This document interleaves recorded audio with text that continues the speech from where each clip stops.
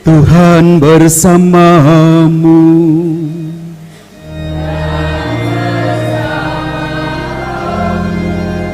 Inilah Injil suci menurut Santo Markus.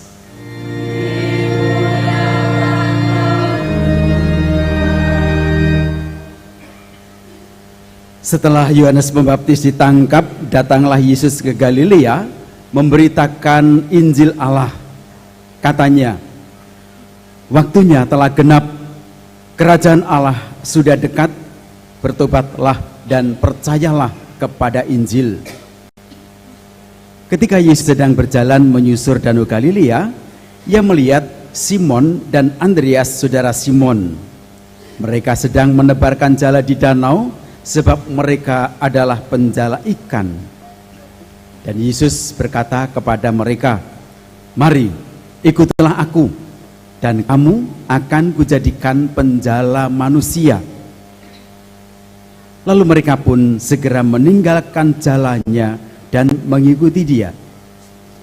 Dan setelah Yesus meneruskan perjalanannya sedikit lagi, dilihatnya Yakobus anak Zebedius dan Yohanes saudaranya.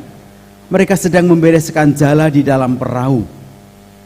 Yesus memanggil mereka dan mereka meninggalkan ayahnya Zebedius di dalam perahu bersama orang-orang upahannya, lalu mengikuti Yesus.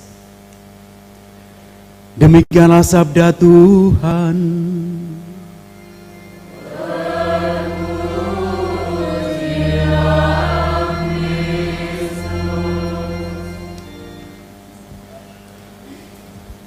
Bapak Ibu saudara-saudari dengan anak muda, berkah dalam. Semua sehat? Kedinginan atau tidak? Semoga dengan berkumpul di dalam gereja lalu suasana menjadi lebih hangat meskipun di luar dingin karena hujan. Dan kehangatan kita semakin dipenuhi dengan sabda Tuhan yang hari ini mungkin juga menggugah perasaan kita. Hanya saya tidak tahu bagaimana perasaan Bapak Ibu setelah mendengarkan sabda Tuhan hari ini. Ada beberapa ungkapan yang mungkin menyentuh perasaan-perasaan kita. Ya, kalau dari bacaan yang pertama itu seruan Nabi Yunus yang diberi perintah oleh Tuhan Allah, bangunlah, pergilah ke Ninive, sampaikan kepadanya seruan yang kufirmankan kepadamu. Dan seruannya itu ternyata seruan yang mungkin mengagetkan bagi orang-orang Ninive. Karena seruannya demikian, 40 hari lagi maka Ninive akan ditunggang balikkan. Ya, karena yang disebut itu Ninive mungkin bagi kita juga ini sebagai ya bacaan renungan.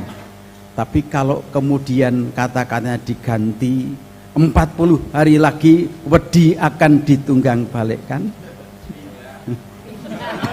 Jawabannya apa iya ya. Ya. Jelas ora mungkin ya. Nah, kemudian pada bacaan kedua, seruan Rasul Paulus, ya, waktunya singkat. Ya, maka kemudian kita senang menyanyi, hidup ini adalah kesempatan. Kesempatannya singkat. Biasanya yang suka menyanyi yang muda-muda atau yang tua-tua? Yang tua-tua, karena hidupnya sudah lama di dunia. Mungkin wah tinggal singkat jadi harus menjadi berkat. Engko nek kliwat piye. Nek sing nom-nom mbok menapa nyanyi iki wah ngopo lagu iki. Isih sekolah, isih kudu kerja. Sesuk wae nek wis pensiun kayak nyanyi. Hidup ini adalah dia nyanyi pensiunan. Tentu waktunya singkat yang diwartakan oleh Rasul Paulus ini. Ya, kalau kita membandingkan hidup kita di dunia ini diberi kesempatan mungkin 70, 80, 90, kalau sampai 100 itu panjang atau pendek? panjang, bonus. Tetapi hidup 100 tahun kalau dibandingkan dengan alam semesta kita sudah berapa tahun? Ribuan tahun, jutaan tahun. Ya, pasti akan menjadi sangat singkat. Ya, hidup kita singkat. Karena itu dalam waktu yang masih sisa ini, nah nasihatnya ini bagaimana memahami orang-orang yang beristri harus berlaku seolah-olah mereka tidak beristri.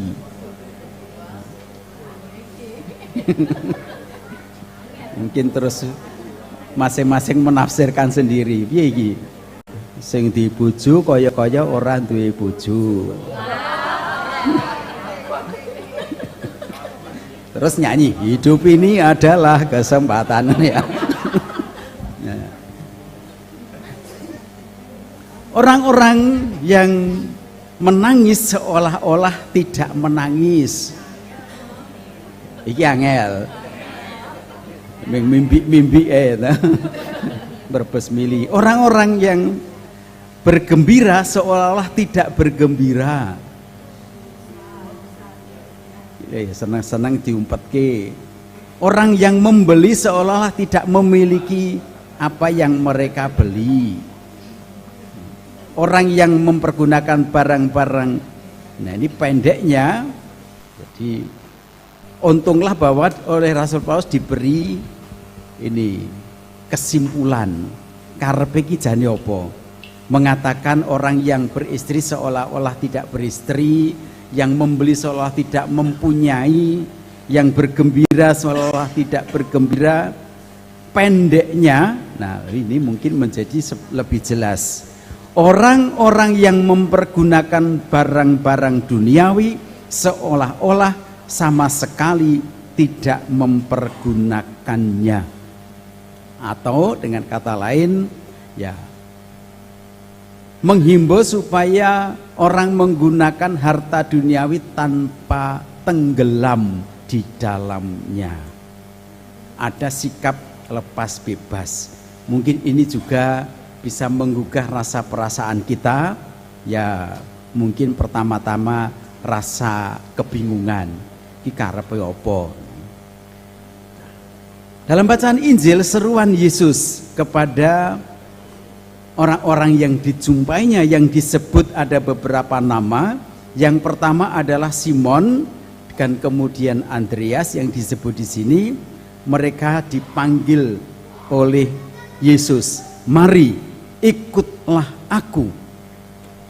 Ya kalau hanya mari ikutlah aku, ini seruan biasa. Ayo melu.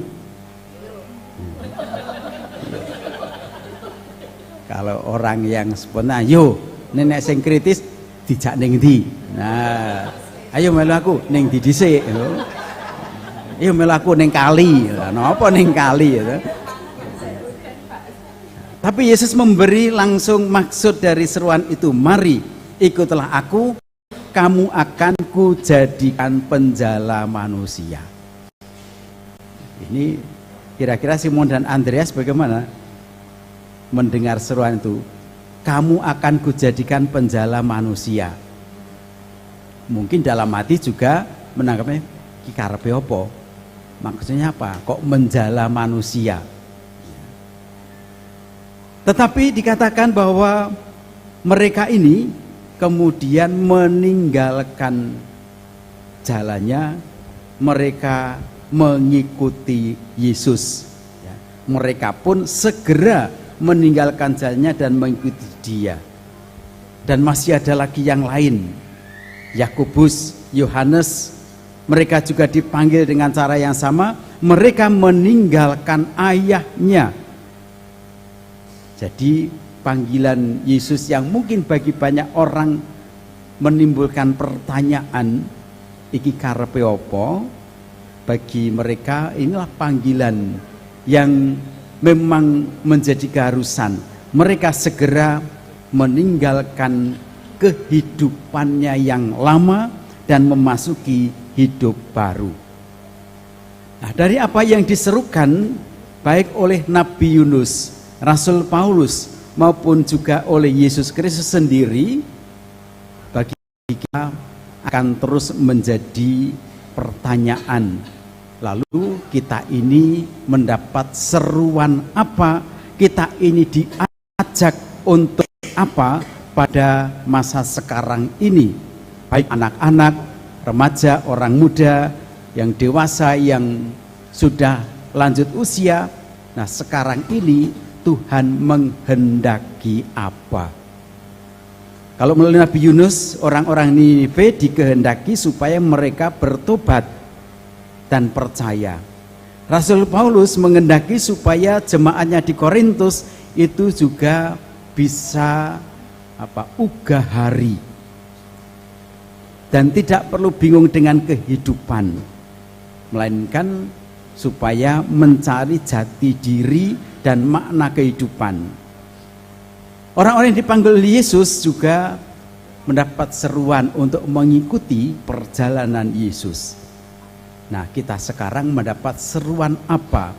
Panggilan hidup kita yang dalam Mazmur tanggapan tadi kita berseru, mohon kepada Tuhan, berikanlah jalan-jalanmu kepadaku ya Tuhan. Tunjukkanlah lorong-lorongmu kepadaku ya Tuhan. Nah, apakah Bapak sudah menemukan jalan hidupnya masing-masing? Sudah yakin dengan panggilannya? Panggilan menjadi ibu rumah tangga, panggilan menjadi guru, panggilan menjadi apalagi ketua lingkungan. Ketua lingkungan itu panggilan atau pelekotoan? Nah, kadang-kadang merasa wah aku jadi Pak Ketua lingkungan mung dipelekoto. Ya. Jadi prodiakon ya dipelekoto oleh umat. Nah, apapun pintu masuknya, ya, menjadi imam juga awalnya mungkin ya mau melu-melu, pengen ngombe anggur gitu. Tetapi kemudian dalam perjalanan tentu kita diajak untuk menyadari sungguh-sungguh apa sebenarnya yang dikehendaki oleh Tuhan ketika jalan terbuka, ketika lorong-lorong ditunjukkan, ketika juga kita diajak untuk menempuh jalan tertentu di mana tujuan belum sampai, tetapi kemudian kita yakin ya inilah jalan hidup yang ditunjukkan Allah, dikehendaki Allah kepada saya harus menjalani dengan sungguh-sungguh supaya sampai ke tujuan. Maka apa yang sekarang kita alami, kita pun diajak untuk menemukan maknanya dan tujuan sejatinya apa, supaya kita tidak kemudian menganggap remeh dan juga kemudian kurang dalam perjuangan. Dengan memohon kepada Allah, ya Tuhan tunjukkanlah jalan-jalanmu kepadaku. Maka kalau yang sekarang ini sudah menemukan jalan hidup, entah dengan ya cara atau awalnya bagaimana, mari kita memaknainya sebagai proses perjalanan Allah yang memanggil kita, mari ikutlah aku.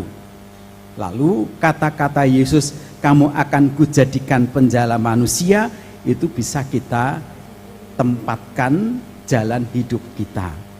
Lalu kita bisa merefleksikan, misalnya ya, mari ikutlah aku, kamu akan kujadikan guru SD, kamu akan kujadikan guru les menari, kamu akan kujadikan petani, kamu akan kujadikan prodiakon, kamu akan kujadikan camat, atau sekarang mungkin ada panggilan kamu akan kujadikan presiden. Nah, panggilan hidup kita itu permulaannya bisa bermacam-macam.